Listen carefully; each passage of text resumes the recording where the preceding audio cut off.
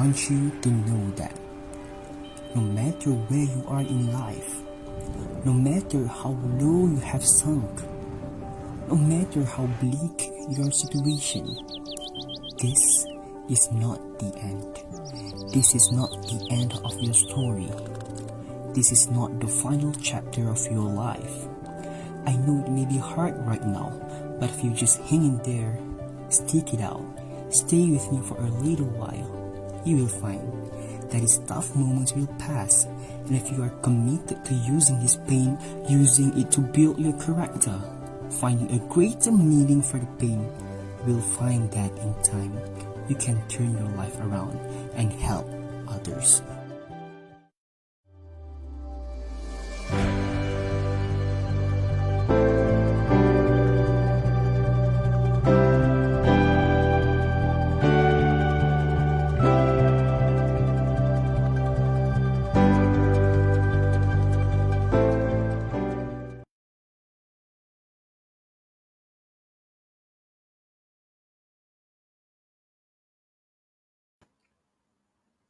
Assalamualaikum everyone, very good evening. Thank you so much for everyone who attend our webinar and forum tonight. So today we will be focusing, we have a great discussion tonight relating to mental health with our collaborative initiative Mental Health Matters with Young SEAkers Malaysia Chapter. So I think we would start off with why we did or why we do this forum.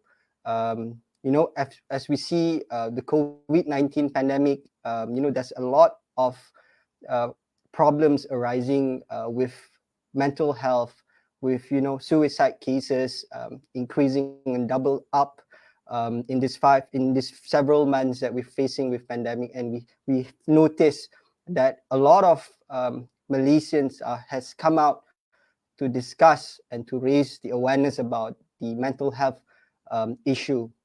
As therefore, two of these organizations, TYS and also ARUS Anak Muda, would want to bring awareness to how serious is this issue about suicidal thoughts, about mental health, depressions, and how as youth, facing this, we be able to avoid or mitigate this issue in our life. So today we have several panelists and also great, a moderator with various experience in having a good discussion tonight. We have YB Iwe, we have Miss Farihin from Nyawa, we have Mr. Fahmi and also Miss Jernel to talk about and to discuss about this issue. So feel free to join us and let's, have a good discussion tonight. I know it's a Friday night for everyone, and I appreciate you guys for coming. And I'll pass this on to the moderator of this event, Mr. Vincent. You may start now.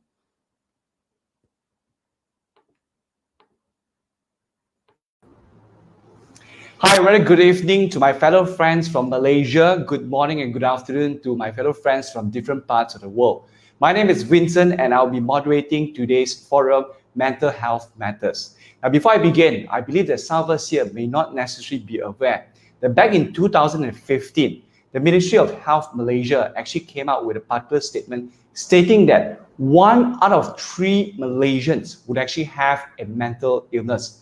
And in fact, throughout my discussion in preparing for this particular program itself, I actually came to know about that in most of the cases, or rather, some of the mental illnesses, they could eventually lead to what we would call as suicidal thoughts. And in fact, this year itself, in 2021, we have actually recorded a very high number of suicidal cases, specifically during the month of January until the month of May.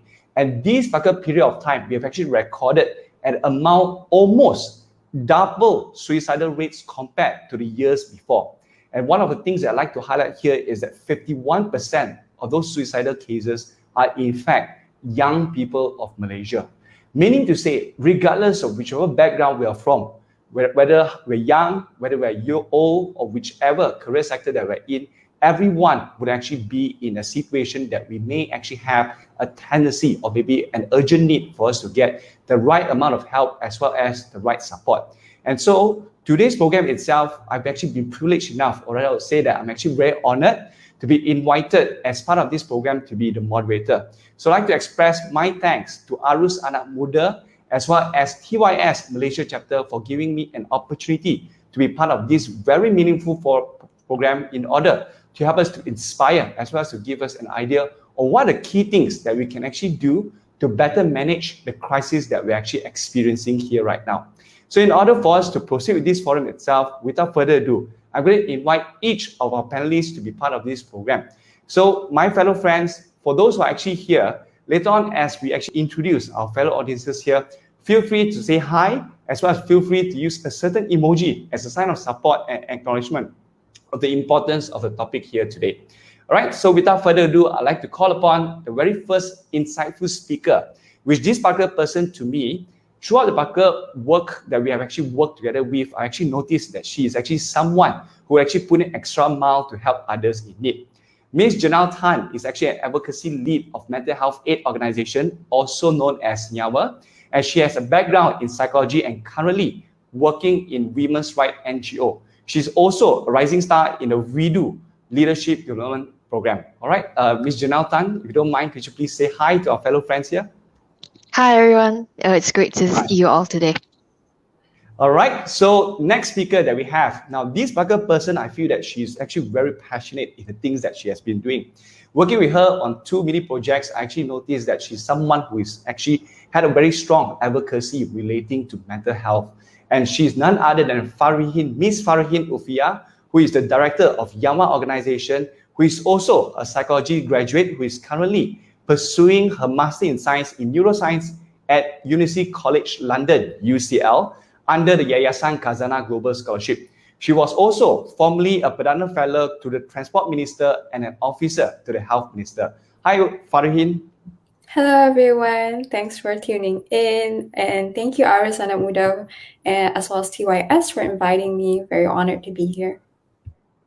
All right, thank you very much, Farihin. And of course, not to forget, we have another speaker who I believe that he is someone full of courage because he actually took up a lot of effort as well as energy to actually overcome one particular mental illness or the mental health challenge that he actually had before.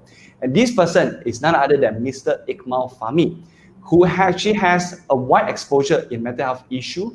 He himself is actually a victim of one after whereby he was actually diagnosed with obsessive compulsive disorder, or in short, it is known as OCD back in 2018. Now, he is a Bachelor of Business, he actually has a Bachelor of Business Administration student at UNITA International University, who is also currently based in Kelantan. So Fahmi is a grassroots advocate at International OCD Foundation, IOCDF, and is also a member of the Mental Illness Awareness and Support Association. So Mr. Iqmal. Hi, everyone. Nice to meet all of you. Right, thank you very much, Mr. Iqmal. And last but not least, we have another very insightful speaker, which I've actually just met with her yesterday itself. And throughout the particular discussion, I can actually feel that she actually has a strong driving sense of purpose in the things that she is doing. And she is none other than YB Puan Lim Yi Wei, who is also a Selangor State Assemblywoman for N35 Kampung Tunku, as well as DAP Damansara Youth Chief and DAP Wanita Selangor Organizing Secretary.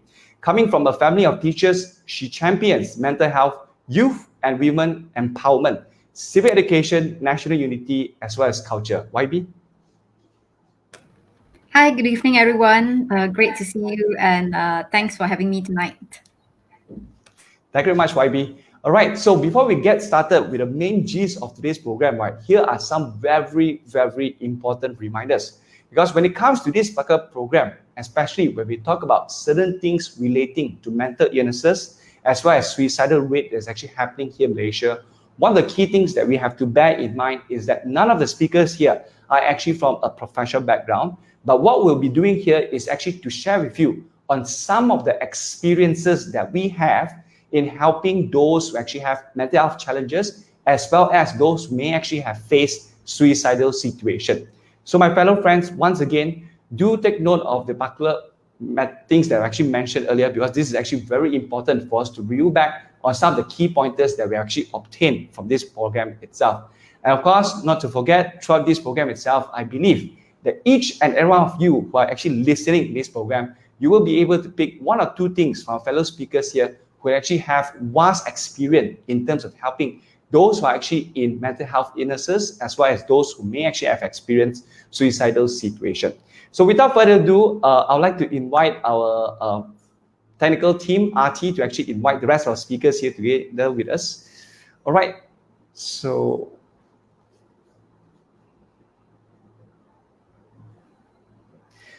for today's forum, right, we're going to split into two different components. The first part is we're going to proceed with the main forum itself, which will take about 50 minutes. And subsequently, later on, we're going to move into a Q&A. So in that particular period of time, right, I will encourage each and every of our friends here, if you have any questions, feel free to put into the comment box. And later on, during Q&A itself, I'll actually handpick some of the questions to be directed to our fellow speakers. So do not be worried if, let's say, our questions have not been picked. Later on, when we have time, I'll actually bring up so that our fellow speakers will be able to enlighten us on some of their perspective regarding mental health illnesses as well as suicidal situation. All right, so let's all get in with the main gist of today's forum itself. So as one of the most important things that we need to do when it comes to mental health illnesses, in order for us to help someone, the first thing first that we have to keep in mind is how do we identify if someone actually exhibits certain behavior or symptoms relating to mental health, specifically someone who is actually feeling suicidal. So to do this, I'd like to invite our first speaker of today to actually share, first panelist. All right, maybe we can actually have Mr. Iqmal Fahmi to actually share with us on what do you think are actually the symptoms relating to those who are actually feeling suicidal. Okay, thank you. I'll be talking based my own experience as the sufferer of OCD. Basically, I am a OCD sufferer, and also I experience these suicidal thoughts, symptoms, and I would say there are three things that I experience regarding this. The first one is at the first stage, I'll be thinking about death. Then I'll start talking about it with the people around. Next, after I do these kind of things, I develop, like myself develop, I can hear voices that keep telling me that you have to die. And it is very, very overwhelming. And it really disturbed me then. Eventually, this voice drives me to do something that is harming myself. Like, I can't control myself when I heard the voice. Like somebody is controlling me. Then at one time, it controls myself, where I drive myself alone and go into the forest. And at that moment, the voice said to me that you have to die. You have to die in this forest. But luckily, I get conscious, maybe because of my belief of Islam that I keep saying in my heart that I cannot kill myself. I must survive. And then I made it and back home, and my family get worried about it so much. So that's it. Thank you very much, Iqmal. In fact, what he actually shared was actually a personal experience which he actually encountered during his early days of the mental illness challenge that he actually had. And in fact, one of the key things that I actually heard from him is relating to unusual behavior which may actually lead us to self-harming, which will eventually may actually bring him to a suicidal situation, which if let's say it's too late, what's going to happen is we may not be able to see him here today, unfortunately. All right, so maybe what we can actually do next is we can open up to the rest of the speakers. Maybe we can have Ms. Janelle Tan to share your view on how do we identify the behaviors of someone who is actually feeling suicidal. Thanks very much, Vincent. So just to let everyone know that personally, I have not really encountered or dealt with or interacted with someone who has suicidal behavior. So my knowledge stems from whatever that I remember from my psychology degree. So aside from what Ikmal has described, other symptoms that I would be able to recall consist of examples like a feeling of hopelessness, whether it's expressed or not, something significant such as feeling like a burden to others. So at least from what I understand in research, that itself can be a significant symptom to look out for.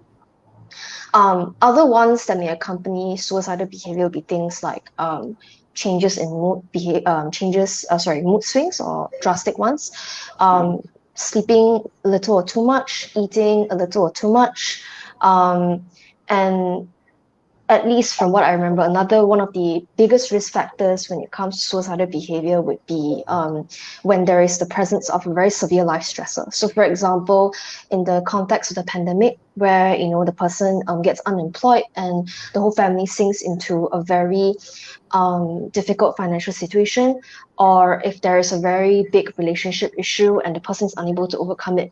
But of course, it's very important to note here that any single symptom or any single risk factor in isolation does not predict suicidal behavior. Based on the little that I know, it's more often than not a combination of risk factors or a combination of symptoms that may contribute to suicidal behavior. So that's my input. Thank you. Thank you very much, Ms. Junautan. So what about you, Farihin? What do you think about the behaviors of someone who may actually be feeling suicidal? Hello, okay. I think Janelle already covered a lot of the symptoms, some of which that she has not mentioned yet, maybe signs of settling everything in life. So, for example, proposing a will or giving away possessions to other people. So those are clear signs of suicidal ideation. So, like Janelle said, withdrawal or erratic behavior might be an indication. But of course, these signs vary from one person to another. And I always believe that it's better to be safe than sorry. As someone that has experience with suicidal ideation as well, and with people that have suicidal ideation, I know that anecdotally it varies from person to person. And although I understand the literature behind it, you can always Google this list of suicidal warning signs. They might not be as obvious in real life, at least to the untrained eye, because we are not clinical psychologists, we are not psychiatrists. As concerned individuals, we should we should approach it with tact and be it's better to be safe than sorry. So might as well approach your friends and ask if they're okay, rather than weighing in on whether or not they have this level of severity of suicidal ideation to seek professional help. Now, what you said is actually very true, as in when it comes to identifying someone, whether they are suicidal or not, not only we could actually base on maybe perhaps one symptom, but rather it could be a barrage of symptoms, like a few of them. Only then we can actually start consider whether this person is suicidal or not. However, I think in most of the recent circumstances, perhaps we do have certain friends, maybe people that we know. Like for instance, they may actually post depressive things on social media, for instance. Now on social media, right, we may actually notice some people, they say that, you know what, I'm very disappointed with the world. I'm very sad right now. I don't feel like living anymore. So my question is, does this constitute a suicidal thought? Or rather, if we notice someone posting such a thing in social media, or they make a video to declare that, like, should we be very alarmed? Or rather, is this person actually in a very suicidal situation at that point of time? So any one of you like to pick it up?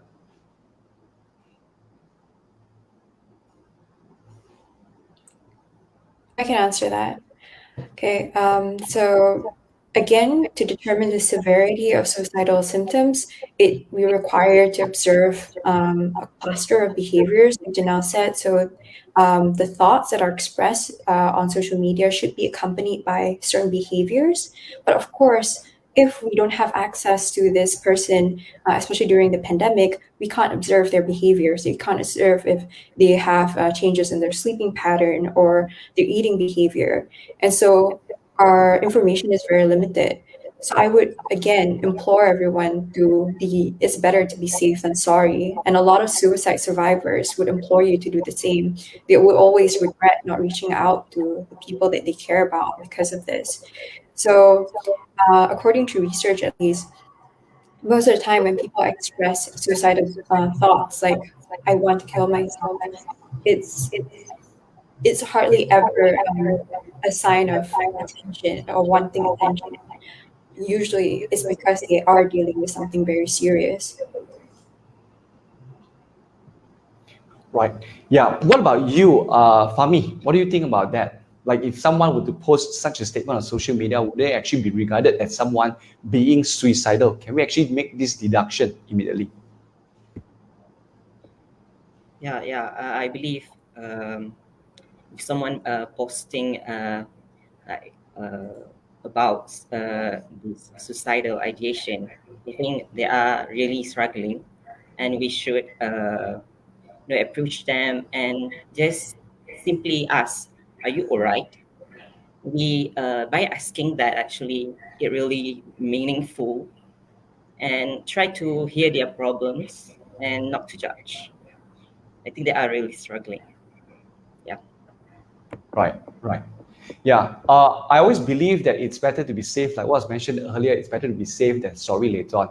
In fact, I've been privileged enough to be given an opportunity to actually visit the one psychiatric hospital. And actually, I observed that the doctors over there also, they do take a certain period of time to actually observe from day one itself until a certain period of time to ensure that they do exhibit a continuous form of symptoms so that they will be able to classify them whether they have certain mental health illnesses or not. So this being said, that like what was mentioned, the first thing that we might need to do here is actually to be alert of these symptoms. And of course, if necessary, then only we decide what is the next step to do. However, being concerned is perhaps one of the things that we can do in an early stage. So Janelle, would you like to add on to that? I just thought of something that I may have read not long ago. So as what I just want to validate I just want to substantiate what Farin has said with regards to basically to use social media to predict, to gauge whether the person is suicidal or not is actually not straightforward. I would just want to substantiate that. On the other hand, I did come across research papers that did explore the general association between youth, for example, and the use of social media to express suicidal thoughts. And at least it is found in some research papers, albeit with certain limitations, that youth are more likelier in this current day and age to actually use social media as a medium to disclose suicidal thoughts or emotions. So that's something to take into account. It is also noteworthy that social media channels are can be leveraged on by certain populations or certain groups of people to actually disseminate suicide-based content. So for example, for Twitter, because of the nature of its channel, it can be easily used to form suicide groups that spread suicide-based content. And to some extent, suicide-based content, when it's exposed to someone who already has suicidal ideation, it can actually amplify. It may, not absolutely, but it has potential to push the boundaries, and it may lead to suicide attempts. So in that sense, and just also something else to add, I think, if I'm not mistaken, there is currently research being done to see whether social media data can be used to gauge whether the person is suicidal or not. Of course, this science is not absolute. Nevertheless, because recent research has already been looking into the association between social media activity that actually reveals suicidal thoughts, that association against the person, whether he or she is suicidal. So that's already been looked into. So currently, from what I understand, research is looking into whether social media data can be used to gauge, to basically catch whether the person is at how do I say, it's at more general levels of emotions before they actually start disclosing about suicide. So they wanted to see if they can catch them at that level so that they can it can be used for suicide prevention efforts. So that's the little that I know about what's currently on the ground with regards to suicide and social media. Thank you. Right. Thank you very much for that very informative research that you actually just mentioned earlier. In fact, one of the key things that I actually personally notice as a mental health advocate is that quite a number of individuals out there, especially parents from different generations, right? We do not know how to handle as well as manage this situation. That's why when we actually see someone is actually feeling suicidal, especially in our own kids and so on, maybe we tend to feel that this is something normal or they're just ranting because they were not really well equipped with the knowledge to actually identify. So I think it's very good for us to keep in mind that if, let's say, they do show certain symptoms of it, perhaps we should start putting a form of alertness to the tendency that this might actually escalate into something much more serious. Putting that in mind, perhaps the next thing that we want to ask ourselves is, how do we do mental check-ins, mental health check-ins specifically, with someone who we suspect, or do we just want to be concerned if that particular person may actually have mental health challenges? So for this question, I'd like to bring this to YB. If you don't mind, YB, you can actually share your thoughts on this particular question. All right. So I have had experience, a few experiences checking in on friends who were going through rather extreme mental health challenges, including continuous suicidal ideation. And one of the things that close friends and I did was that we would form a sort of unofficial or loose rotation of checking in on that one friend and also addressing different needs. So for example, friends that were closer or older would take care of the emotional part and listening and validating their feelings, or just being there, whereas my focus more would be getting them government help, for example, if it was in need. So these were some of the things that we managed to do, and I would encourage if you guys have a friend who is going through a mental health challenge, to not do it alone yourself. One of the things is that we only have our limited perspective, and it's also to safeguard our own mental health, because I have been in situations where I had caregivers burnout, and it was not good for the both of us. Yeah. Thank you very much, YB. Yeah, in fact, one of the key things that which was actually emphasized over here is the importance to not do it alone. Because again, we are not really well equipped with certain skills on how do we manage them. And at the same time, even professionally trained people, they may actually feel that exhausted at a certain point of time if, let's say, there's too much of this situation within their surrounding them. Of course, we do have other speakers to listen to as well. So maybe next we can actually have a Fahmi to actually share some of your experiences regarding how do you do a mental health check-ins, especially as an advocate of OCD, like how do you go about this? For me, prevention is better than cure, where we should equip ourselves with like the basic knowledge of mental health. Personally, before I was diagnosed with OCD, I knew nothing about mental health, like what kind of symptoms, what kind of mental illness types, and eventually, after I experiencing a few years of suffering with depression, aggression, keeping myself lock down myself in the room, not going to school, and at one point where I got a physical illness, then I was hospitalized. Then the doctor found out something weird about myself. Then he referred me to the psychiatrist, and there I realized that I actually have OCD. Yeah, we should educate ourselves or be aware about the mental health. Yeah, one of the key things that we have to do is to have a constant check. Now, when it comes to awareness, right, one of the things that I personally believe as a coach is to do a constant review whether I'm actually okay or not. Because there's always a saying, it's okay not to be okay. The reason being because we are acknowledging certain feelings as well as certain process that we're going through. And we start to acknowledge it, the next thing that we can do is to identify whether we have certain challenges that needs to be addressed immediately or not. So maybe next we could actually have a Miss Farihin to share your view regarding how do you do mental check-ins with someone who has or may have mental health challenges. As I said before, I'm a firm believer in variation in between individuals when it comes to personality as well as mental health. And so I feel like mental health check-ins should be bespoke and cater to the person that is suffering with mental illness.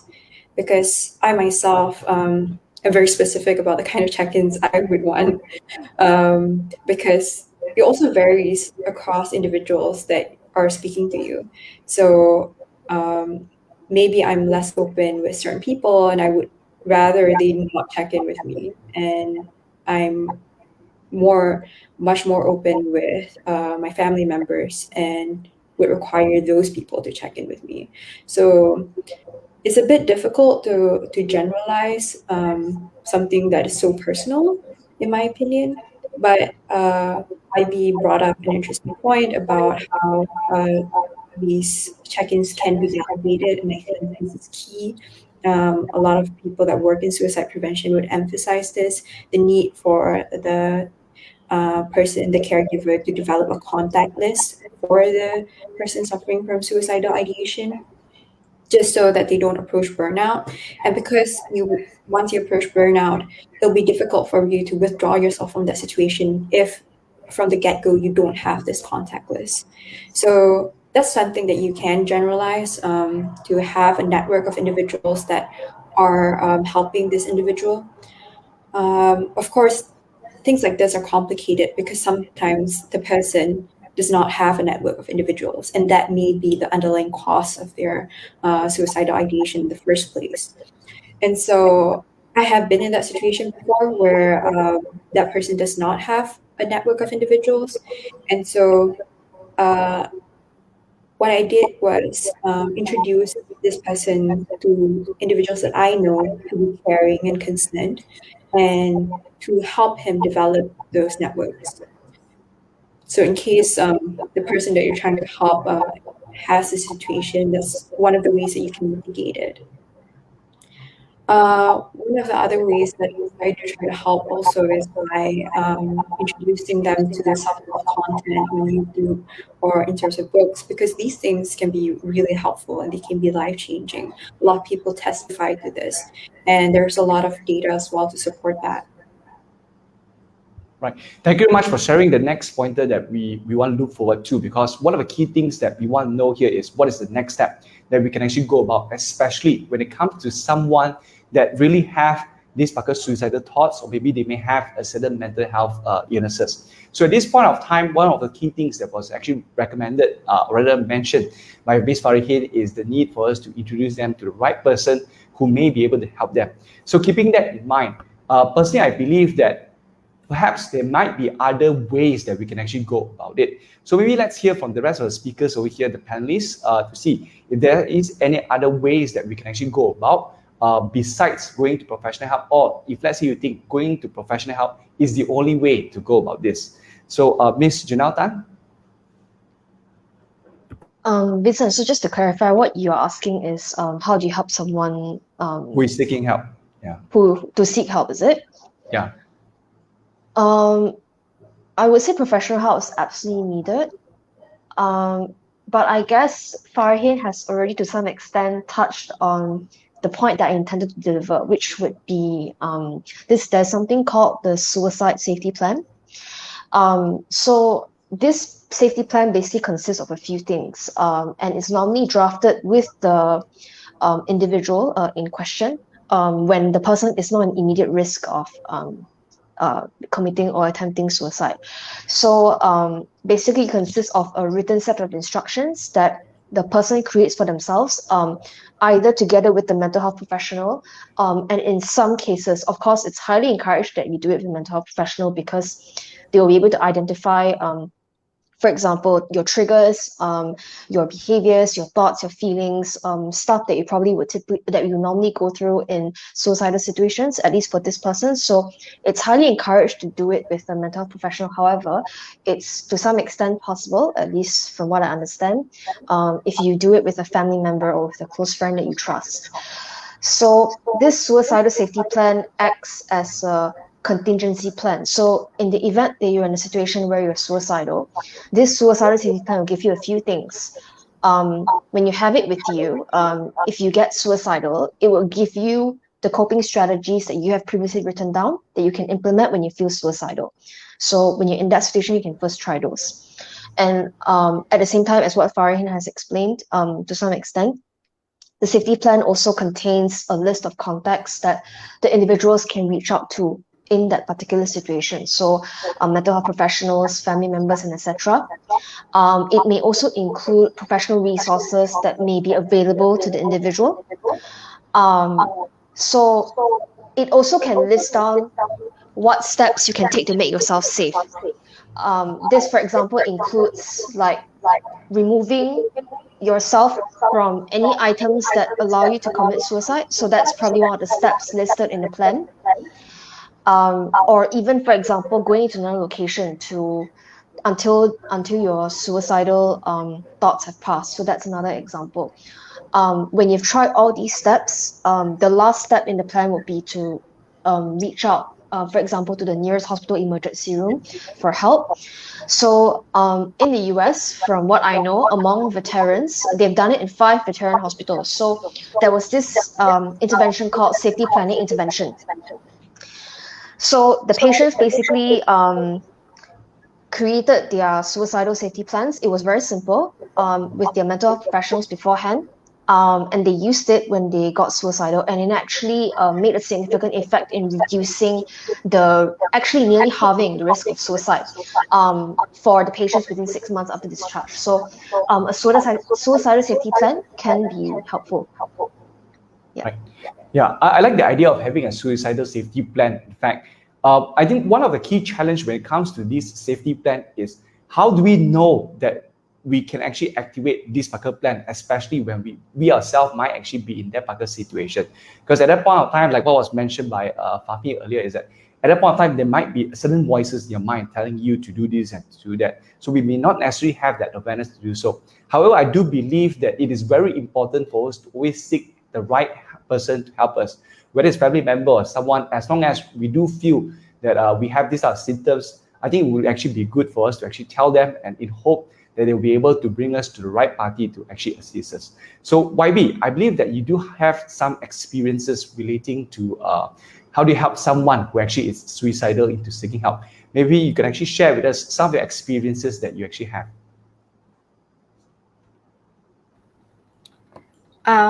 So in one case, a friend had already arrived at the site, which he wanted to commit suicide.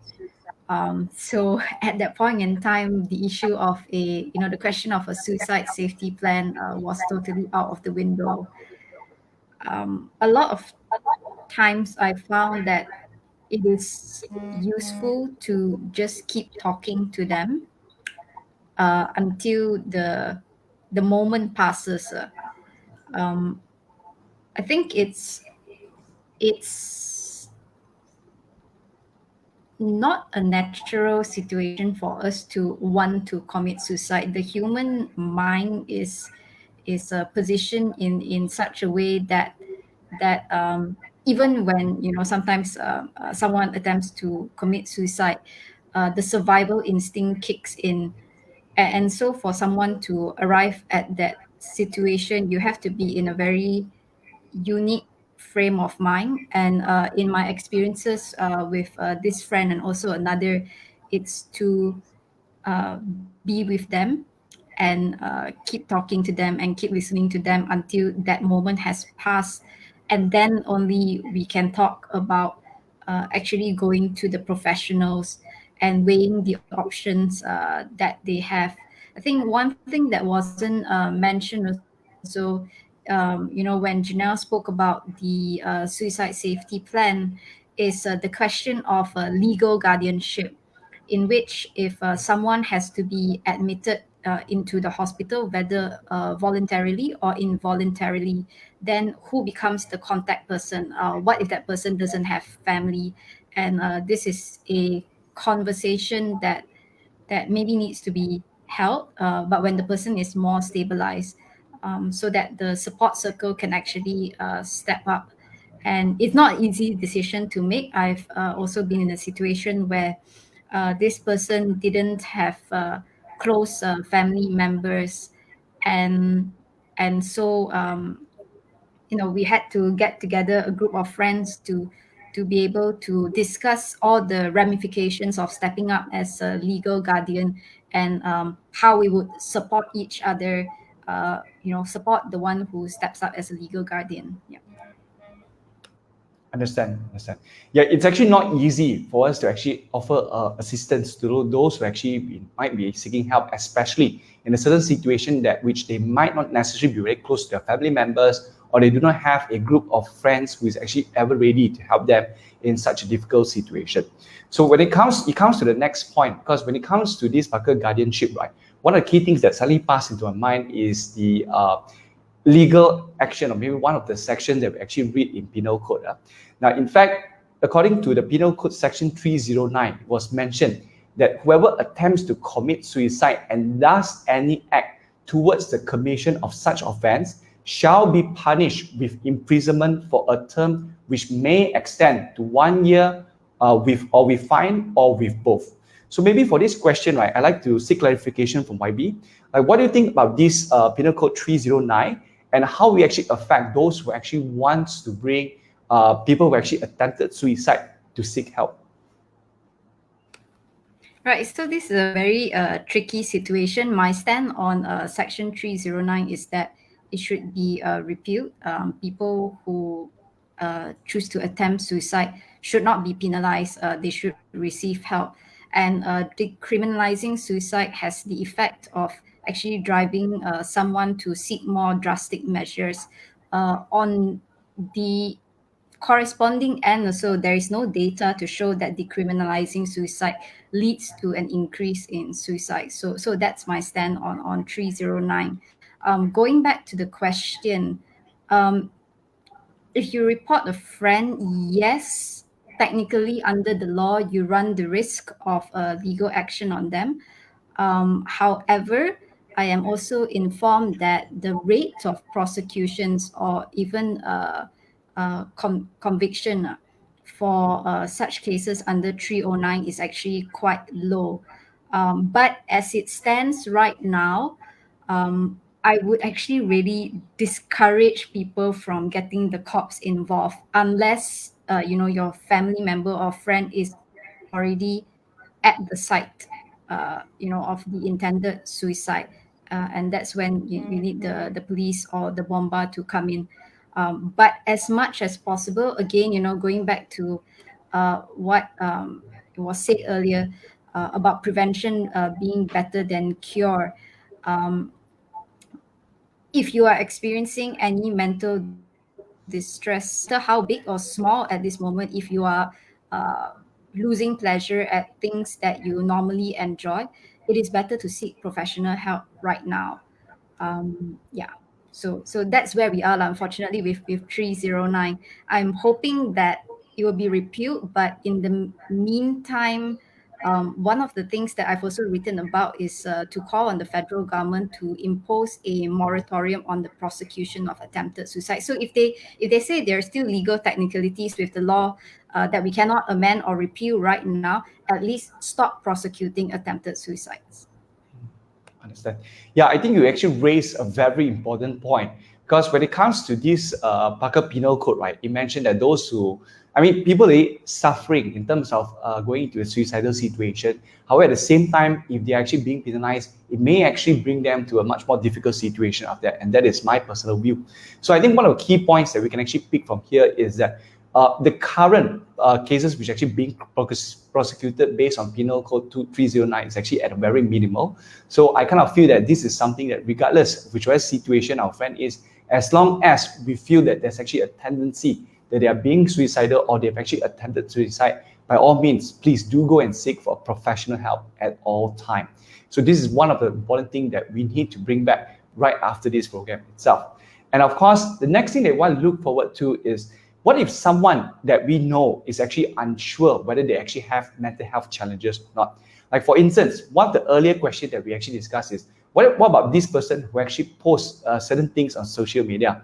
Like they feel that the world is unfair, they can't take it anymore. They just feel like, even sometimes I do meet certain friends that they say that, I don't want to live anymore. However, when we meet in person, they kind of feel like they just want to complain.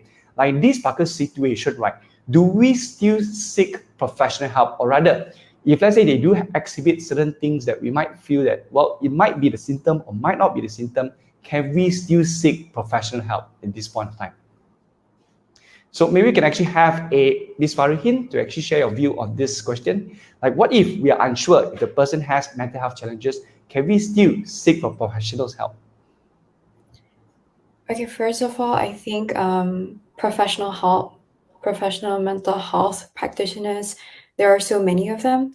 So you have counselors, you have clinical psychologists, you have therapists and psychiatrists. So there's quite a variation, and all of them have their specialties. So there are variations in counselors as well. Some people focus on personal development.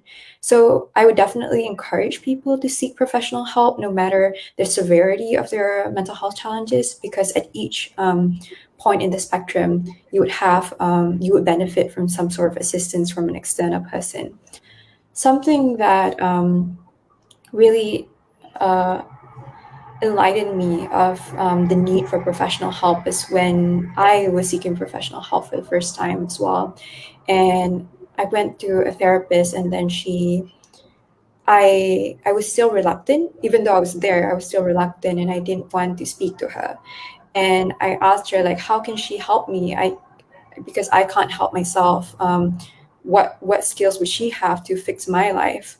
And then she told me that what a professional or someone external can do is that they're not intertwined in my life, and they can see my life objectively. And sometimes you need that external person to view your situation, and so they can constructively offer you some help as an objective observer. Friends and family can definitely play a large role in your recovery, and you're of great importance, definitely. But as someone that is so intertwined in your personal situation, they also can't see your situation objectively.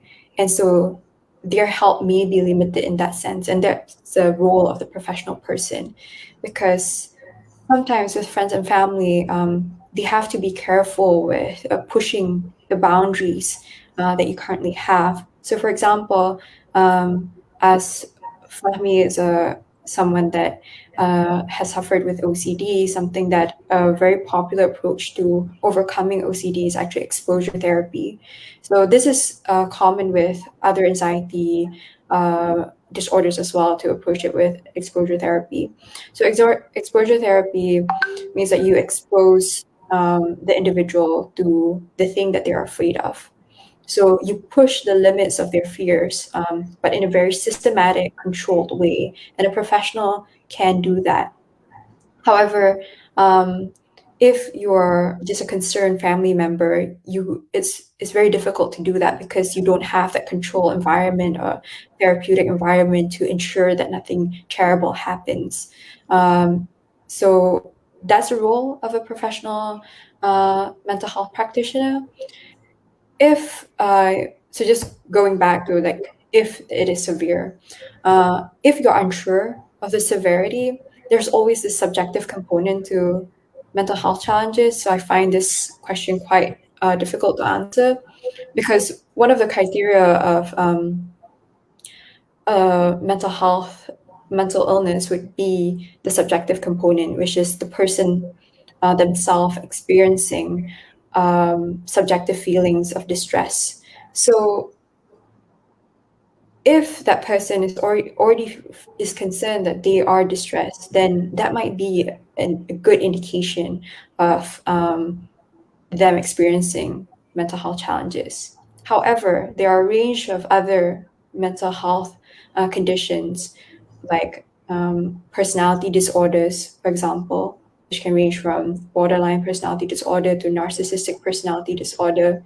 And although there are negative connotations to these disorders, they are still sometimes out of the control of the individual that is suffering from it. So in these situations, the person may not experience the subjective distress that they attribute to a mental health condition.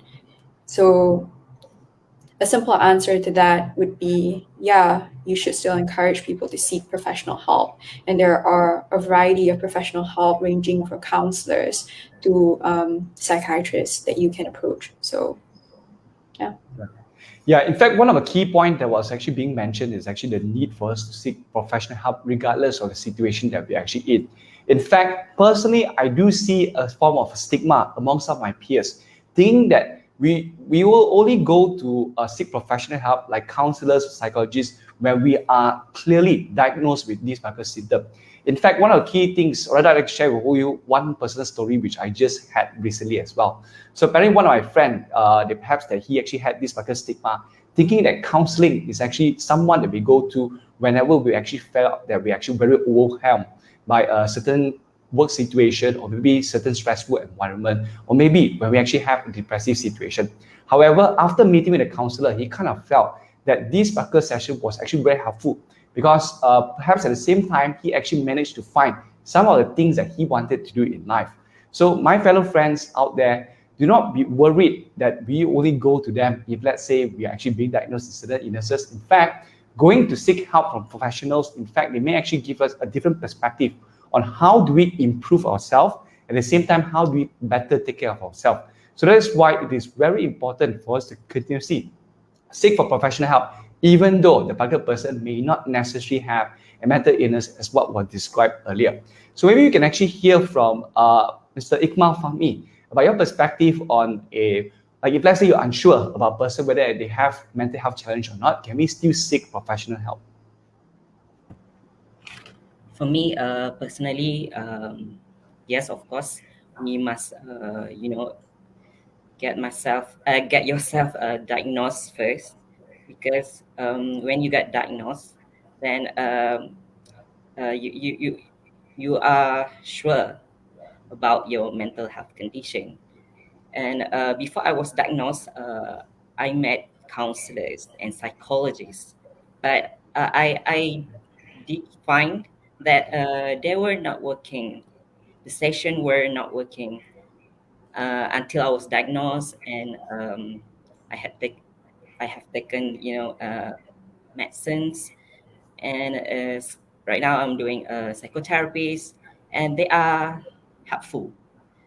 So for someone who are struggling, like having even small stressful events or having problems, you should seek at least a counselor.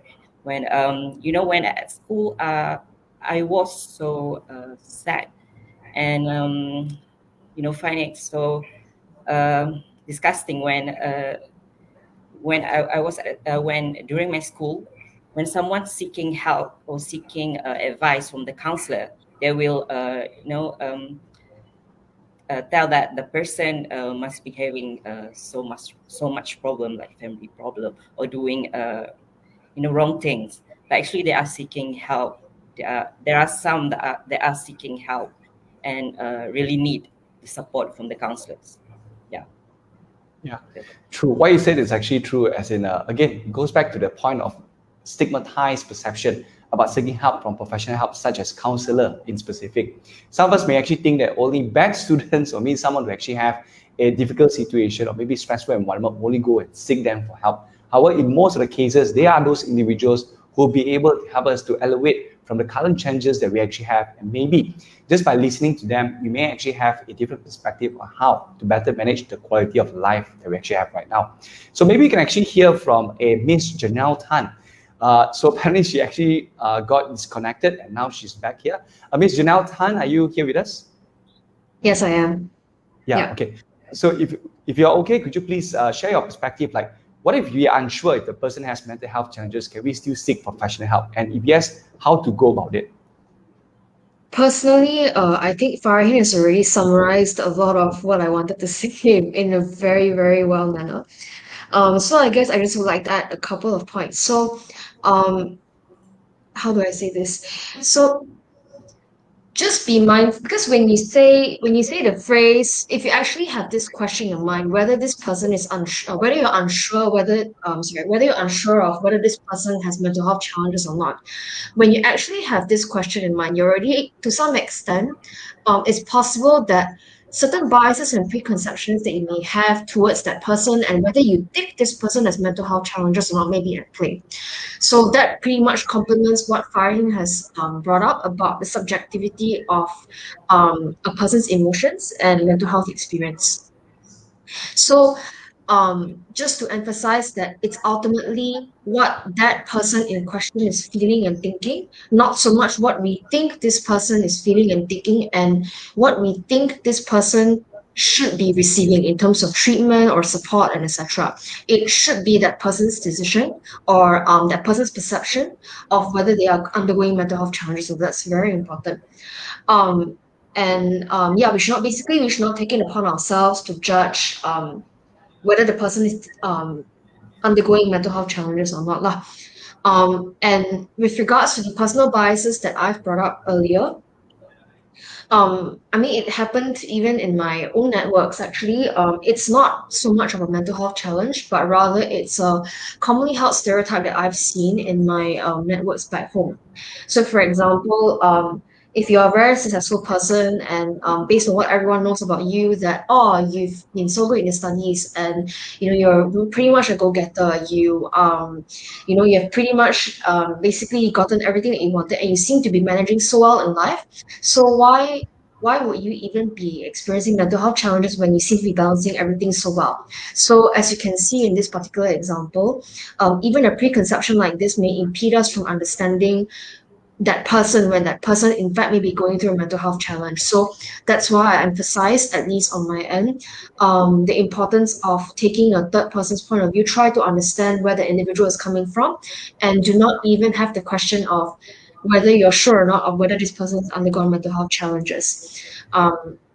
And just to substantiate what Vincent, you yourself have brought up, so and what Farhin has brought up as well, as to you can seek for professional help, not just necessarily when you have undergone alarming levels of negative emotions, but you can even consult a mental health professional, be it a counselor, therapist, or even clinical psychologist. Even when you're not sure about something or if you're stressed about something, and along the way you may be able to discover other things about yourself that you're able to work on. So yeah, that's pretty much my input. Yeah, what you said is actually very sharp and very important as well, especially for those who are actually not trained in handling this situation. Personally, I still remember during my uni days, I actually had a friend who actually had a depression. In fact, during that time, I didn't know it was depression until I actually called a particular helpline to actually ask and inquire what can I do for a friend. And after that, we actually did some arrangement, and then I managed to bring this friend of mine to seek professional help. So if, let's say, in this particular situation, if we are unsure, then we might want to ask ourselves, like, why are we feeling unsure? At this point of time, we might really need to actually seek professional help to prevent any further escalation that could be possible in this situation. In fact, the next pointer that I'd like to bring here is actually relating to some of the key challenges that we may actually experience. Because I'm sure that every one of us here, the speakers, moderator, we are all normal human beings after all. And regardless of whichever work environment or whatever things that we do, we probably could go into a very challenging situation, whether we are a politician, whether we are a student, or whether we are an advocate, or whether we ourselves are actually another professional. So in these particular circumstances, right, how do we manage our very own mental health?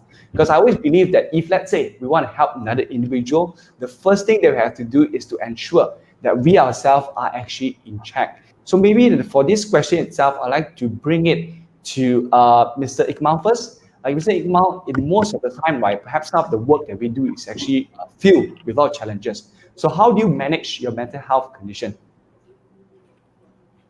So, as someone who is suffering with OCD, I am someone that is very perfectionist, and everything that I do must be perfect.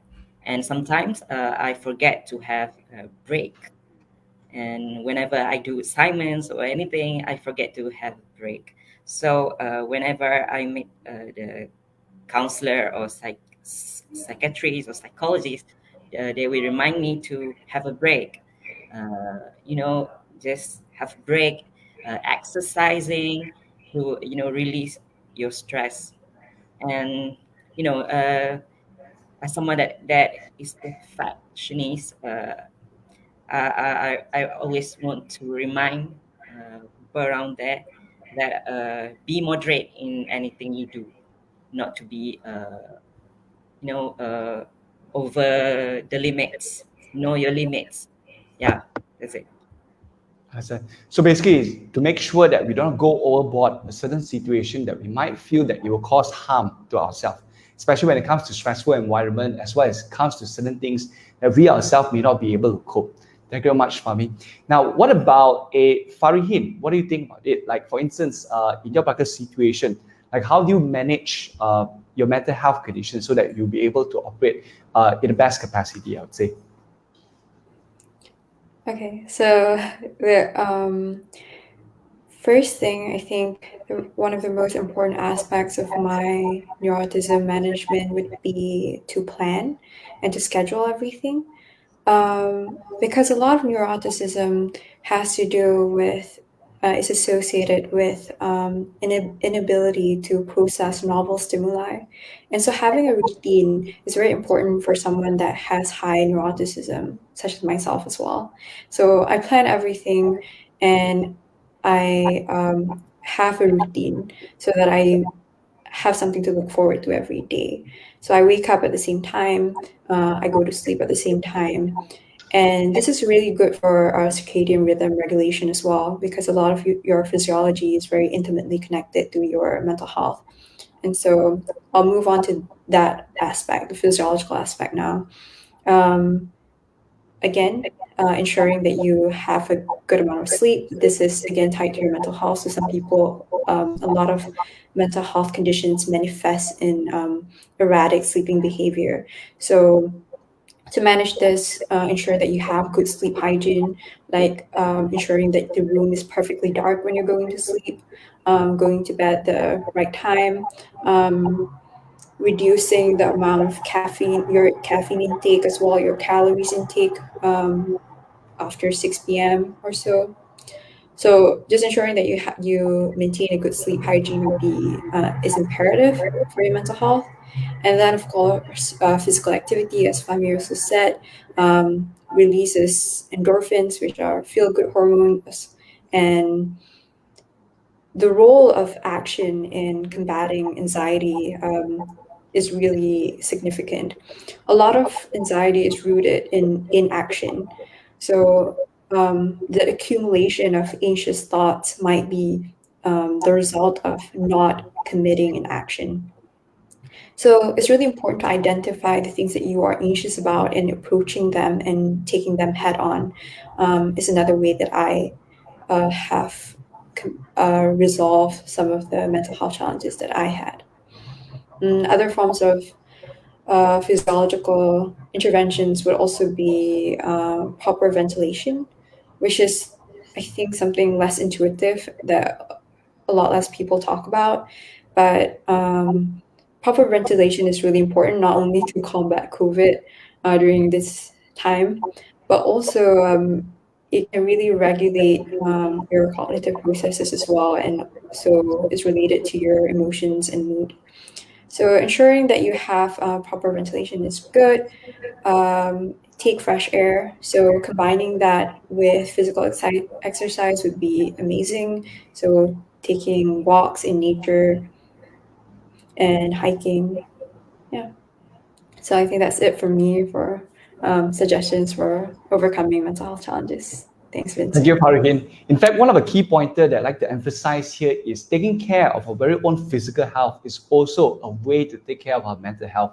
So one of the key things perhaps we need to do is actually to regulate our body in order to actually ensure that it's actually in a healthy condition so that we'll be having a better mental health in check. So maybe next we can actually hear from Ms. Janelle Tan. For instance, in your particular case, if let's say you actually reach a very challenging situation, and perhaps you felt very overwhelmed. So at this particular point of time, how do you manage your mental health? Thanks, Vincent. So, basically, how would I manage it? One way in which I try to manage my emotions in situations where there are relationships conflict at work, or for example, when I have to basically deal with any sense of injustice or any other negative emotions as a result of, because in my line of work I'm exposed to basically, for example, current news in Malaysia, and a lot of things are quite bleak, to be honest. So one way in which I manage this would be to accept my emotions. So friends in my close circle do know one thing about me, which is when I feel something, I feel very intensely. Yeah. But of course, in certain situations when negative emotions occur to me, in some cases I would not, at least in the recent past, it was difficult for me to accept the fact that I'm experiencing these emotions, because these emotions do not align with, for example, how I want to see myself become. Be it as a better person, be it as a wiser person, for example. So, acceptance of emotions is very important here, because when you accept emotions, it means that you are learning to acknowledge that good mental health is not really about like having negative emotions at levels that are normal or average, because in a way there is not really such a thing. So good mental health basically is about when you go through something that's overwhelming, when those emotions come to you, you acknowledge and accept these emotions, but you do not obey them. Rather, you acknowledge and you accept them. Once you've acknowledged and accepted them, then only then you'll be able to proceed to decide how you can address the situation at hand. So for Farahin has sort of brought it up about anxiety, with regards to taking your anxious feelings of anxiety head on. So my example will be very similar, and it's about worry. So for example, when you're worried about something because you're stressed about a possible outcome, or a particular event. So the way to go, at least for me, would be that to allow yourself to be worried and not tell yourself to not worry about that stressor or that trigger, because when you tell yourself to not worry about something, in a way, the worry is really there. um, when you concentrate on repressing those thoughts, it can actually perpetuate that worry cycle, and it can, even if the worry is big enough, or rather, like if it's complicated enough, it may actually end up activating other negative emotions like anger, because you are unable to repress the worry inside you. So the way forward, as I repeated, would be to just feel the worry, to accept it, and then from there you see how you can address this worry. So yeah, so that's pretty much my take to acceptance of emotions. Thank you. Thanks, Vincent. Thank you. So from here, we can actually see, based on the previous three panelists, is that every one of us would actually have different coping mechanism. So we definitely have to find something which is relevant to our very own self. Because as for Vincent and myself also, I use art as a form of me to actually release some of the mental, or rather I'll say that some challenges I actually have. So for instance, like when I'm actually in a stressful situation, I will actually start drawing or sketching. So not to forget, we do have YB as well. YB, if you like, perhaps could you actually share with us? Because I believe that being a politician is a career which is not easy. So you're probably faced with a lot of challenges. So how do you actually manage your mental health in this situation? So on my end, I'm I would say like I'm actually quite a repressive person in the sense that I don't like to talk about my feelings. Yeah, I've just never been a big talker. So usually I just say what's necessary, and then that's about it. So expressing feelings does not come easy for me. And in my early adulthood years, when I moved to Hong Kong for my bachelor degrees, and was having like some difficulty adjusting, and I think there was also a bit of anxiety and lots of anger. So one of the things that actually helped me recenter was getting into the gym, working out and lifting weights. So you're doing something very physical, uh, yeah, and that actually helps clear my mind. So it's something that I've still carried to this day. Um, I do have close friends whom I talk to, but also in very limited amounts. It's working out that really keeps me sane.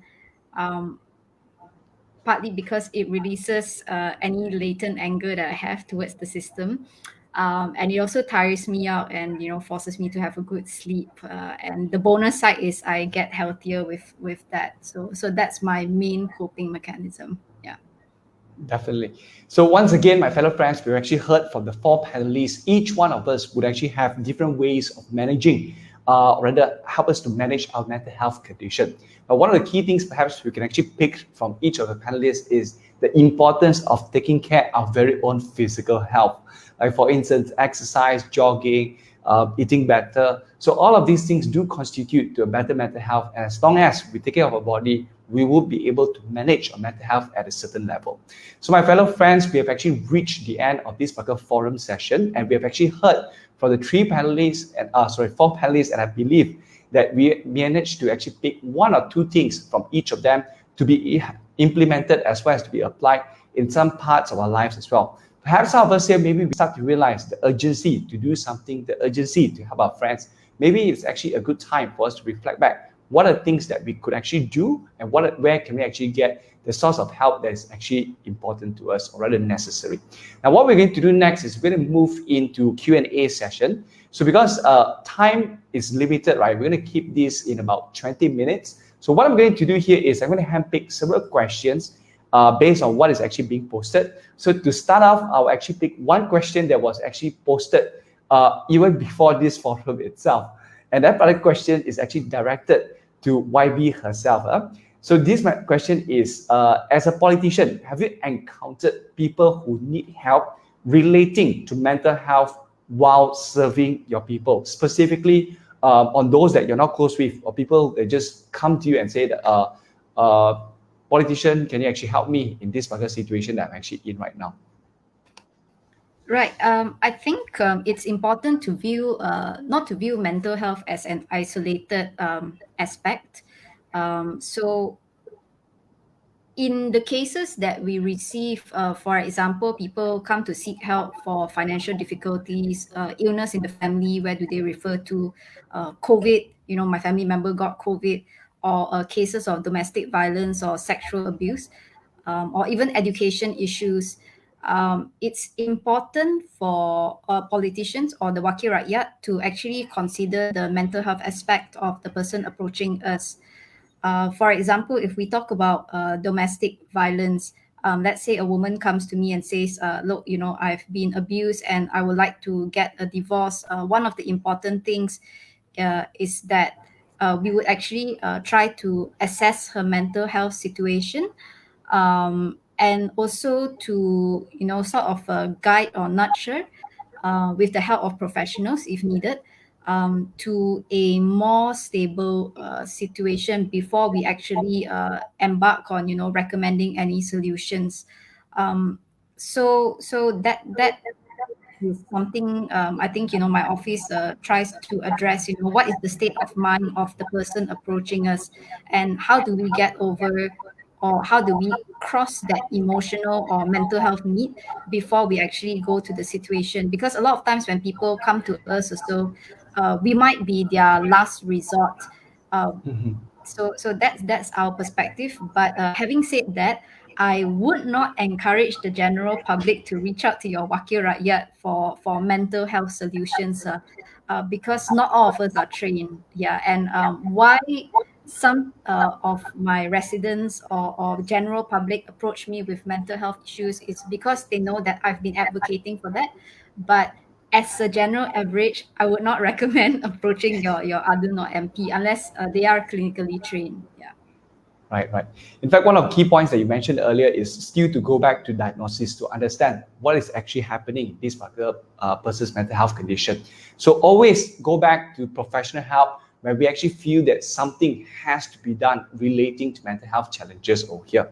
So now what we're going to do here is I'm going to open up the questions that we actually have. We have several here to two speakers for one question, and I'll open up to the floor. If any of the speakers would like to answer, feel free to do so.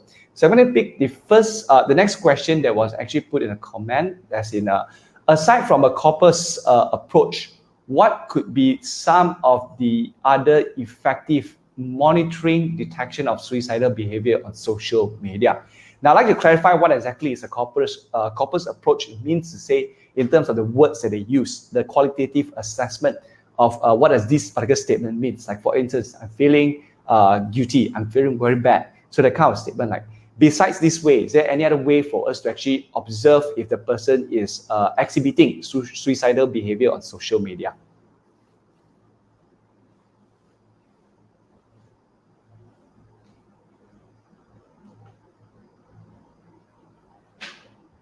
Right. Any takers? If no takers, maybe I can actually have a Miss Farhin. Farhin, would you like to share? Yeah, sure. Again, it's very difficult to condone any monitoring or detection strategies that is not supported by the literature, because then we are at risk of asking you to deduce that someone that might not be suffering with mental health challenges as someone that is suffering with mental health challenges, and I am not one to condone such strategies. So I'm very apprehensive about saying anything. However, something that I do anecdotally to check on my friends would be to look at their likes and not just the things that they see, because some people, again, are less expressive or maybe less expressive online. And so likes are a good way because they themselves are not the ones that are saying these things overtly. So that might be an approach, but again, it's not supported by the literature, so I won't vouch for it, but that's what I do anecdotally. Yeah. Understand. Thank you very much. Yeah, in fact, I'd like to reiterate one of the key points that we discussed earlier is always to bring them back to professional help, as what we have actually mentioned. Let them do the proper diagnosis and they will be able to tell us. Because personally, I've actually seen people in a psychiatric ward whereby doctors would actually have to observe them for a certain period of time as well. So leave these to a professional, and I believe that they'll be able to assist us in that particular circumstances. So the next question I'd like to bring here is actually related to what we actually just answered. So maybe we can actually bring up the next question, like, could we also consider friends who were initially active on social media or social engagement, but then suddenly disappeared or become disconnected as someone who may be facing mental health issues? So maybe we can actually have Mr. Ikmal to share a perspective on this.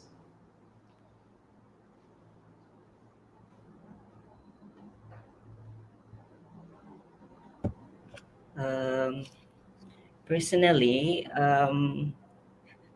I can't say that people who are active on social media are actually facing mental health issues, because everyone today using social medias, and like the handphone is always on our hands, so it is hard to tell whether someone are facing mental health issues.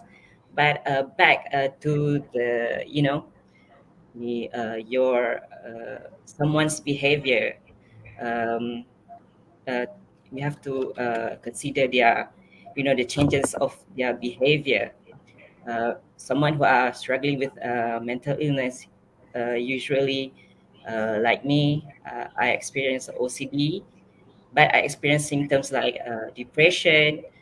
Uh, I did self isolation, and actually you can notice the person that have mental illness uh, just by take a look at their behavior, the changes of their behavior, and it is hard to judge by their usage of social medias. Yeah. Thank you very much for the pointer. So I do agree with what was actually mentioned earlier, because there could be other factors pertaining to why this particular person suddenly disappear or maybe becoming disconnected. And of course, we do not eliminate the factor that they might actually have a certain environment or situation which actually make them very difficult to get connected. At the same time, if let's say, again, we do suspect that they may actually have this particular situation, always remember to go back to seek for professional help, because only then they'll be able to help to diagnose and to identify what to do next. Now, the next question that I can bring in here is, which I personally feel that this is something that perhaps most of us here do have a big question mark on our mind, as in, why do people attempt suicide when they appear to feel better? It could, in a perspective, it could be, why do we actually see someone who have always been so happy, seems very happy-go-lucky, however, at a certain period of time, suddenly this particular person attempted suicide? So I'll put up to the floor, like any panelists would like to share your view regarding this particular question. Can I chime in? Yeah, Okay. sure. Fine. I'm not sure if the question is implying that they attempt suicide when they appear to feel better. So are we talking about a person that previously looks like they are recovering and then they suddenly commit suicide? If that is a question, then that is something that actually occurs, that someone, because one of the most common disorders that is associated with suicide attempts would be depression. And one of the symptoms of depression is psychomotor retardation. So it means that you have no energy to move your motor muscles, and so you become bedridden. So in severe cases of depression, this occurs. However, during this stage of psychomotor retardation, they don't attempt suicide because they don't have any motivation to even come up with a plan.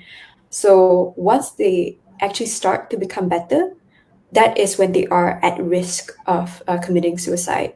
And the literature does show this. So that may be the answer that you're looking for if you're wondering why certain people that are suffering with depression and then suddenly they are starting to get better and then they commit suicide. But if your question is related to people, as I think Vincent phrased it that way, that people that appear to be mentally healthy, but then they suddenly commit suicide, why is that the case? Then I think the other moderators can chime in to suggest why that is the case. Thank you very much, Farihin. Ms. Janelle? Oh, thanks, Vincent. So Farhan has definitely touched on a very important aspect when it comes to depression and psychomotor retardation. As to what Farhan had touched on at the very end with regards to how this if this question can be interpreted. So the phrase appear to feel better. So it's possible that the person may have had, because not everyone would be actively or openly disclosing their suicidal thoughts. And an individual may basically be concealing what they've been thinking and feeling all this time.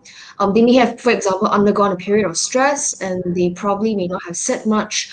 And so that may have occurred to most people that they are feeling better, when it may actually be the case whereby they were undergoing suicidal ideation. So at least my contribution to this question would be that it's possible that the person may never have really disclosed their mental health status nor their thoughts and emotions. So this may not have occurred to people that they may have actually been undergoing something. So it may have come as a shock to people that this person has attempted suicide. So that's my take to it.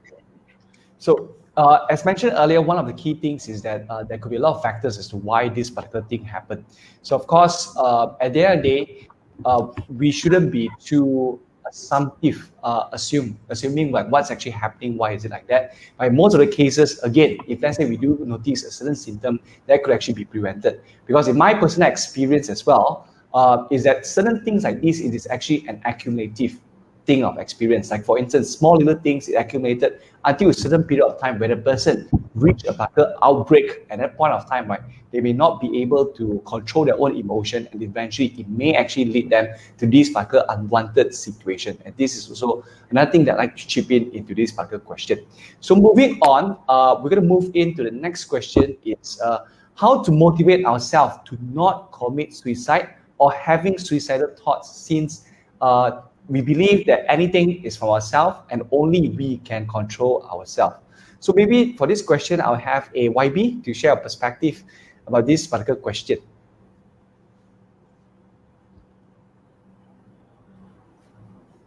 Okay, that's. I'll admit that this is a hard question. In my early adulthood years, and I've shared this in a suicide prevention campaign that my friend reporter Norman Gore did earlier this month. I did have, a brush with suicidal ideation, and I actually think it is very difficult to motivate ourselves not to commit suicide when you're already ideating. Yeah, I don't really have a good answer for this question, to be honest, because in a lot of cases also the thoughts could be coming from an undiagnosed mental illness. There are certain psychological and physiological things that prompt the acceleration of such thoughts. So you could start out with an idea, like I want to kill myself. And then, for example, if you have bipolar disorder, one of the symptoms is racing thoughts, and that worsens the initial seed of an idea that first planted itself. And then add to that other symptoms common in disorders such as bipolar disorder or schizophrenia, that also can come with hallucinations. So it suddenly becomes a snowball of just thoughts, and it doesn't stop, and you can't sleep. When you go to the bathroom, it's staring you in the mirror, although there's actually no words there. And so I don't have a good answer for this question, how to motivate ourselves not to commit suicide. And going back to what I said earlier, suicide it's a state of, I feel it's a state of mind where you arrive at because you really believe there is no hope, there's really nothing left. And even you may love your family very, very much, but even that love is not enough to overcome the feeling that you have. So again, I go back to prevention is better than cure. If you suddenly have that seed of an idea where you feel that life is not worth living, it may be good to just talk to someone. They may not be able to solve your problem right away, or they may not be able to give you the answers right away, but it's worth refocusing to ask, why am I feeling this way? Has anything happened recently that caused me to feel this way? And sort of work from there. But I would say that motivating ourselves not to commit suicide is very difficult, and therefore I have lots of empathy for people who arrive at this decision. And I don't think it's an emotional decision. Sometimes it's just that you arrive at that one conclusion. And I think in certain cases, and this may be triggering, I hope I'm going to give a warning to some listeners, that this decision is done in a very logical manner. Yeah. Thank to the you. person at that point in time. Yeah. So, in fact, this is actually, like what was mentioned by YB, this is actually a very difficult question. In fact, I myself, as a personal coach, as well as a mindset breakthrough trainer, as well as coach, one of the key things that we're always being asked by our participants is that, how do I keep myself motivated, positive to even do something that I do not even like? So in these circumstances, as cliche as it sounds, right, one thing that I like to bring here is that if, let's say, we reach a particular point of time that we feel that we cannot be positive, we cannot motivate ourselves, we have to be very, very objective. Because we are all human beings, there will be no time that we can actually maintain that kind of positivity or that motivation at all times. If, let's say, we do notice that this particular symptom is actually coming up, be objective, meaning to say that we start pulling a handbrake and tell ourselves that we need to seek professional help. And this is the only way that I personally feel that we can actually help ourselves at this point of time. However, it's not going to be easy, because at this point of time, there might be a lot of things going through our mind. But always remember that if, let's say, we come to this point, tell ourselves, get professional help. And that is the way that we can actually go about it. And this is just some perspective that I'd like to share into this question. Now, next, we're going to have a particular question relating to one real incident. Okay, so to do that, what I'm going to do is I will just read the summary of this question. So the question is, he actually noticed that this particular friend of his is where he's actually not in a problematic situation compared to many of his colleagues, but he felt that this particular person is extraordinarily unmotivated and experienced terrible mental blocks, and feel as though that this particular person has lost his life, which is becoming increasingly difficult to manage, and even performing routine tasks feels like a chore.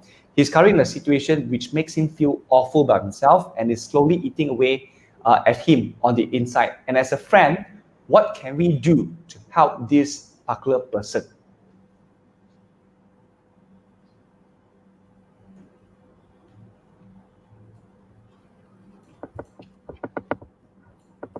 So maybe any of the panelists would like to take up this question as well. So the question is, he actually felt that this particular friend of his is actually feeling not motivated to do things, and especially in terms of routine tasks, actually feels like it's a chore, and has lost control of his life, and of course is becoming much more difficult to manage. So what can we do if, let's say, we are a friend of this particular person?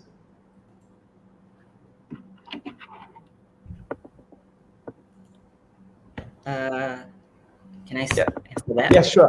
Fahmi. Okay. Because I experienced that for multiple years. So what I do find is, of course, to say to your friend, to approach him, that to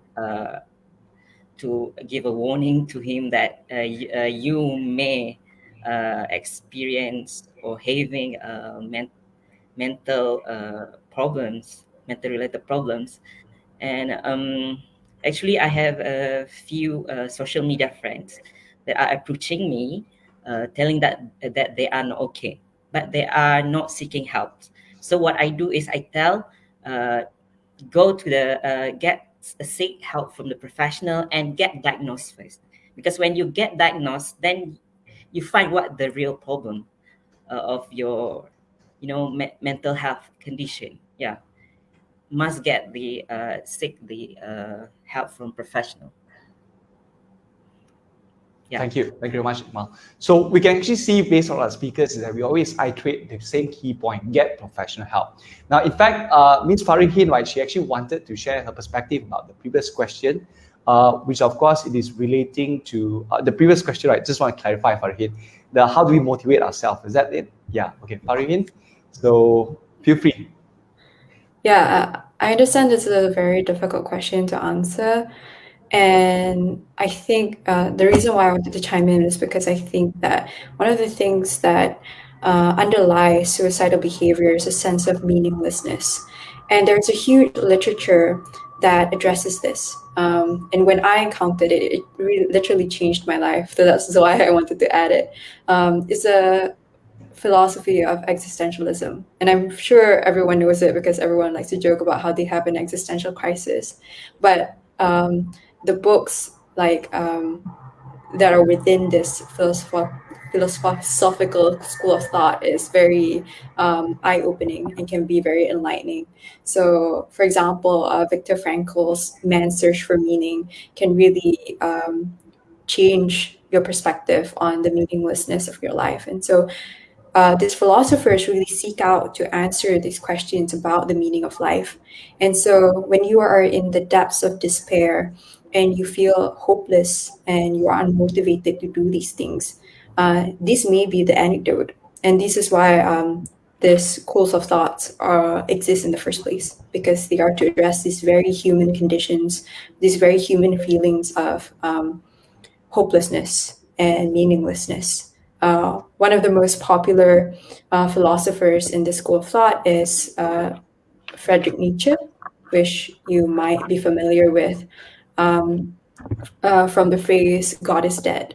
So one of his books, Thus Spoke Zarathustra, can be very enlightening as well.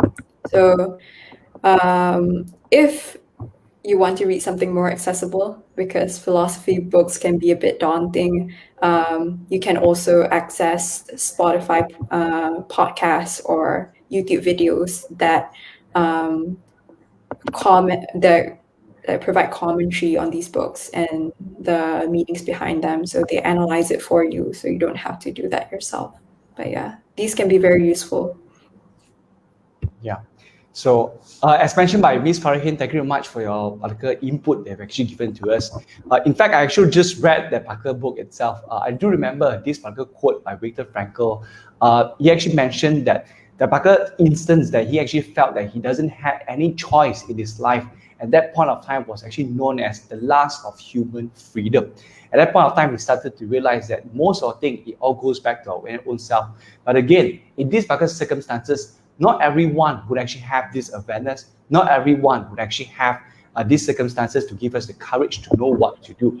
Having said that, for us to have this knowledge is actually very good, because it prepares us in case we actually reach a certain point of time where we need this knowledge. If it appears, that means to say that we would actually have a particular method to actually manage at that point of time. However, if not, again, same thing, we would actually have to go back to seek professional help at this junction itself. So moving forward, we're going to move into the last question that is actually being posted, as in, do you believe there will be a time when mental illness is perceived in society like any other ailment of the body? So I believe that this question is actually directed to all of our panelists, and I believe that this is actually a very good question for us to end today's forum itself. So maybe we can actually start with YB and follow up with Mr. Iqmal, as well as Ms. Farahin, as well as Ms. Janelle.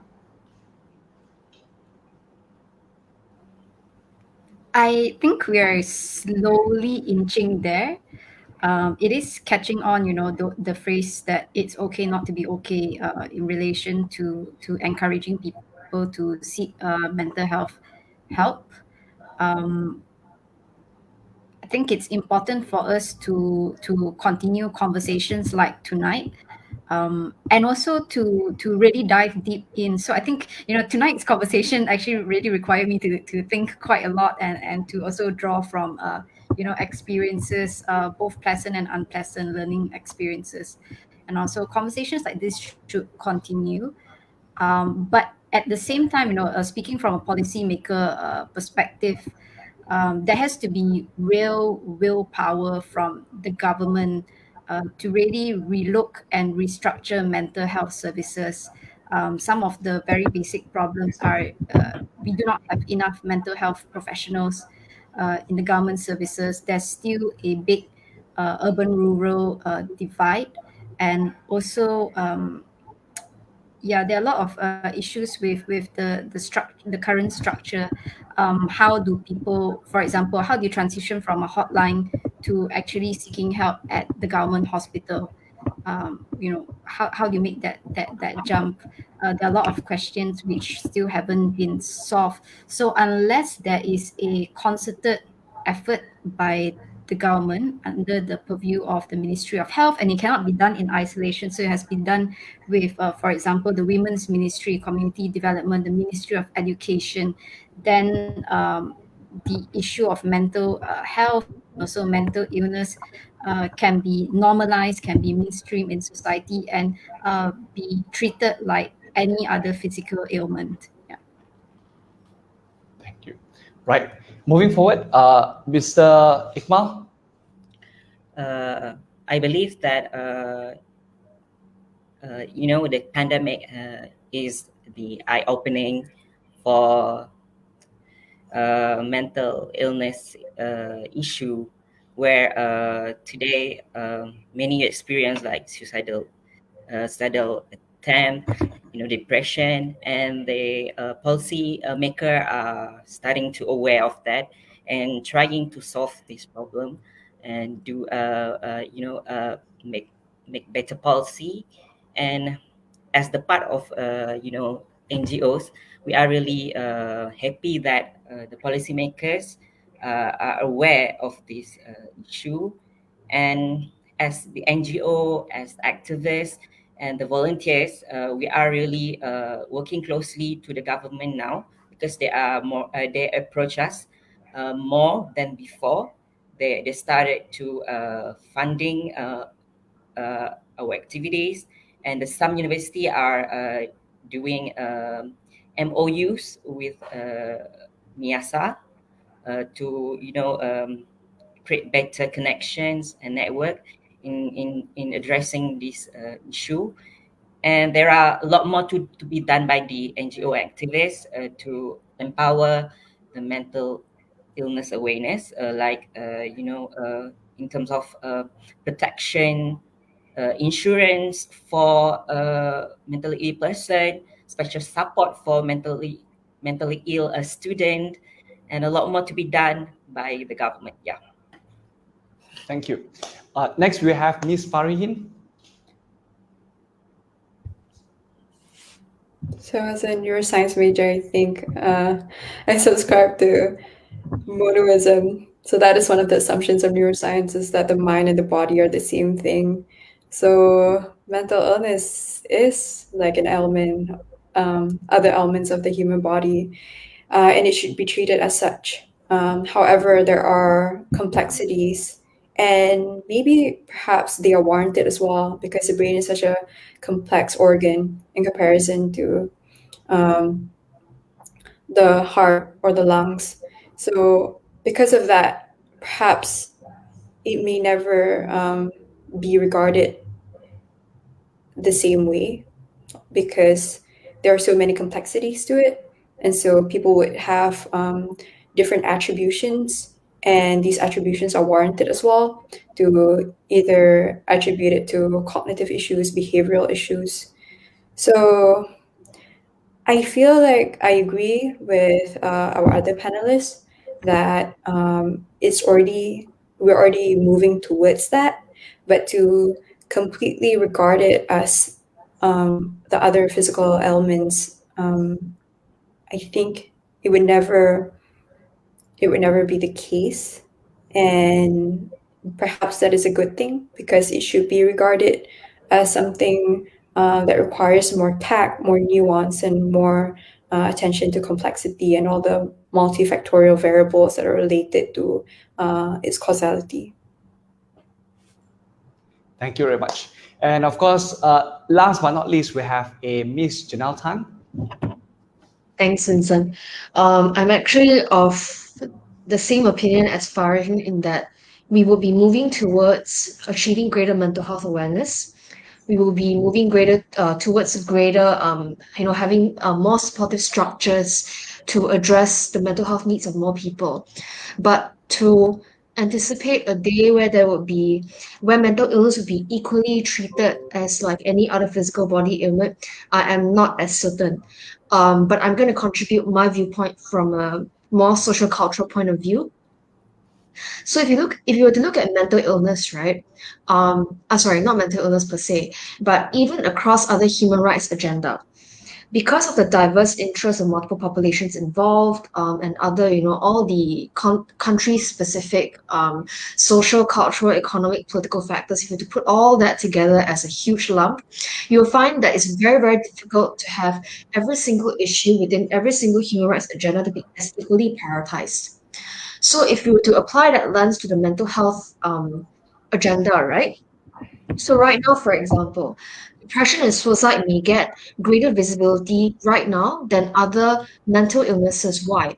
Because, for example, suicide is currently the second top cause of death among 15 to 29-year-olds worldwide. Another example would be that depression, for example, it's roughly estimated that depression may cause $1 trillion lost in productivity. So when you have these figures, because for our world is very much driven by macro structures, or rather, in how should I say it? Like one example would be economic loss, or rather return of investment.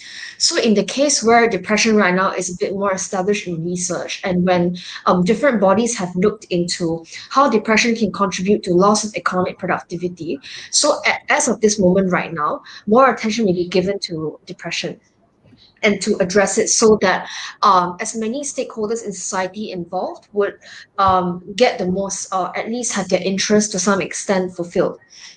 But that means that other mental illnesses, for example, schizophrenia, that may be more stigmatized, as well as, for example, other learning disorders that may require a lot more costs, especially if you want to pay. If you want to expect the government to pay up, for families with children who have autism spectrum disorder, for instance, like this may be something that the government may probably think twice, because they may need to juggle other competing agendas. So in light of all this, not to mention as well the different levels of discrimination experienced by people with different mental health conditions, it will take.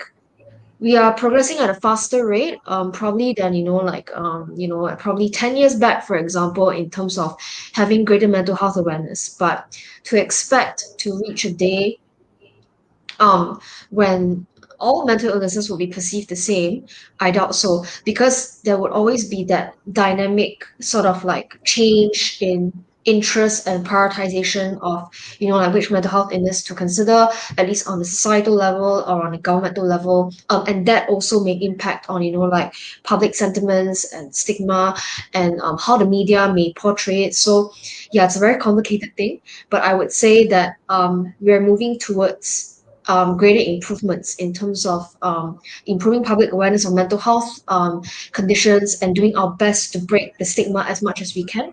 But yeah, that's my take. Thank you. Thank you very much. And we have actually heard from 4 of our panelists here today. In fact, I believe that each and every one of us here, our fellow friends who are actually tuning in to this particular forum, we can all agree that this particular awareness in terms of mental illnesses is actually being increased over time.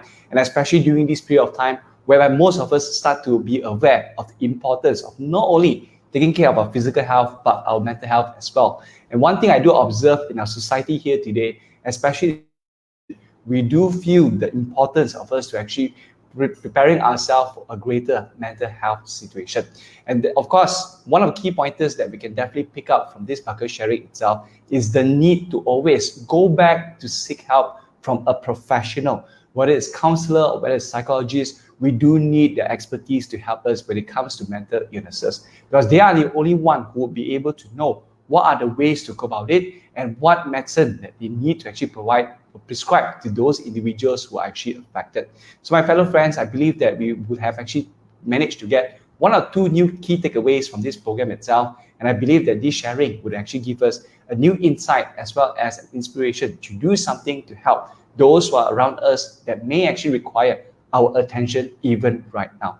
Thank you very much for your time. And before we end, I'd like to take this opportunity once again to thank all of our viewers here. And to do that, next, what I'm going to do here is I'm going to pass back to our very own MC here today, Mr. Nabil. Oh, before that, before I forget, I'd like to invite every one of us here to give our 4 panelists a virtual clap. If you can, please do feel free to actually put a comment into the chat box. If let's say you feel very excited as well as very motivated and you feel that this program is very helpful, please do put this comment into the comment box so that we know that these speakers and panelists have actually created an impact in today's program itself. So once again, my fellow friends, thank you very much for tuning in, and I'll see you again. Before that, I'll pass the stage to Mr. Nabil for the next part of this program.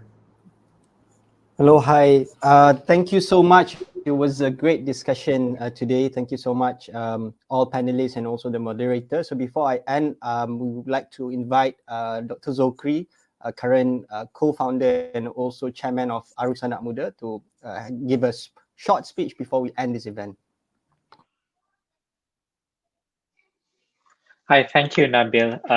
Assalamualaikum, salam sejahtera. Very pleasant evening to all of you.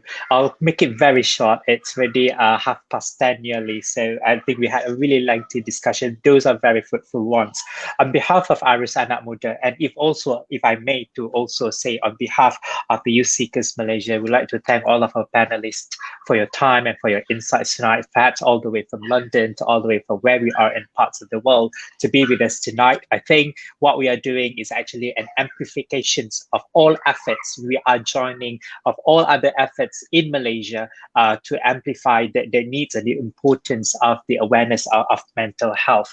And we keep on doing this because mental health is becoming a more rampant issue, not only amongst the youth, but all Malaysians in general. And we never know as when we'll get it through, hopefully not. I think on another level, we also look forward on how that we can institutionalize mental health protection, so that when it's something that is being institutionalized, more greater efforts that can be channeled, more law that can be friendly to mental health can also be created. I would like to take everyone's attention to the section 309 of the Penal Code. As far as the law stands today, that suicide attempts is still a crime in our country. And we look forward actually to more efforts to actually decriminalize this point. And I'm very glad that YB Lim Yi Wei is here. Perhaps this is also something that we all can discuss together on how the lawmakers could actually have the same awareness on abolishing Section 309 of having these suicidal thoughts. Because from a study conducted by Mishara and Weistab in 2016, now the study has concluded by criminalizing suicidal attempts would not actually decrease the attempts itself. There is no any linkage by putting harsh punishment that suicidal attempts will decrease in our society. So I think there are probably more studies that we could probably generate to see the irrelevance of this archaic law that has to be changed and that has to be made clear. And also just to connect with the anecdote, on 31st of December 2019, the late Datuk Liu Vu Keong has also made a paperwork to actually revise the law on how to actually decriminalize the mental health. It is sad for us that Datuk Liu is not with us today, but I hope that the fight and the struggle will still go on. So that fits a lot of our effects together. And we've seen on how Singapore has really advanced by abolishing the suicidal thoughts by having the Criminal Law Act introduced in 2020. So I think we should have a comparison study whether or not we are able to do that. I think we agree with all of the discussions today. We need to reduce the stigma. All right, we need to increase access to treatment of mental health. So there are more frontliners and healthcare that should be made available and accessible to those who are in need of mental health, as well as there should be a responsible media reporting towards mental health. Mental health should not be reported as an illness, but it is something that can be treated. It is something that can be cured. Last but not least, Nabil, I would like to plead to our friends out there, kepada rakan-rakan anak-anak muda di luar sana, sekiranya anda menghadapi sebarang kesusahan, sebarang cabaran dalam kehidupan anda harus sedar bahawa hidup ini adalah satu sangat yang berharga untuk kita sia-siakan begitu saja. Ramai orang gagal, ramai orang juga tidak berjaya di dalam hidup, tetapi apa yang menyebabkan kita ini adalah insan yang bertuah kerana kita ini mempunyai semangat perjuangan untuk terus meneruskan kehidupan. ARUS Anak Muda sentiasa bersama-sama dengan anda. We are always here for you, and we seek your attention to also help us to help you out with your mental illness or any of your problems out there. So once again, thank you, Nabil, for having me. Thank you, ARUS Anak Muda. Thank you, TYS Malaysia, for having me tonight. And I hope that we really benefit from our discussion today. Selamat malam. Take care. Stay safe. Stay positive. Thank you. Back to you, Nabil. Okay, hi. Okay, guys. I think we've come to the end of our event. Thank you so much for listening, the listeners today, and also the panelists, YB Yue, for making a time to join us tonight. Mr. Ikmal, Miss Farihin, and also Miss Jernal. Thank you so much. And last but not least, I just would like to remind to all friends out there, if you feel you need someone to talk to, you may reach your friends. Just let them know what you feel. You feel you need to go out for a run, go out for a run. It's been a tough times for everyone here in Malaysia, everyone here across the world. So yeah, so just stay in touch with everyone. Either it's virtually, if you can meet them physically, it's better. So stay healthy.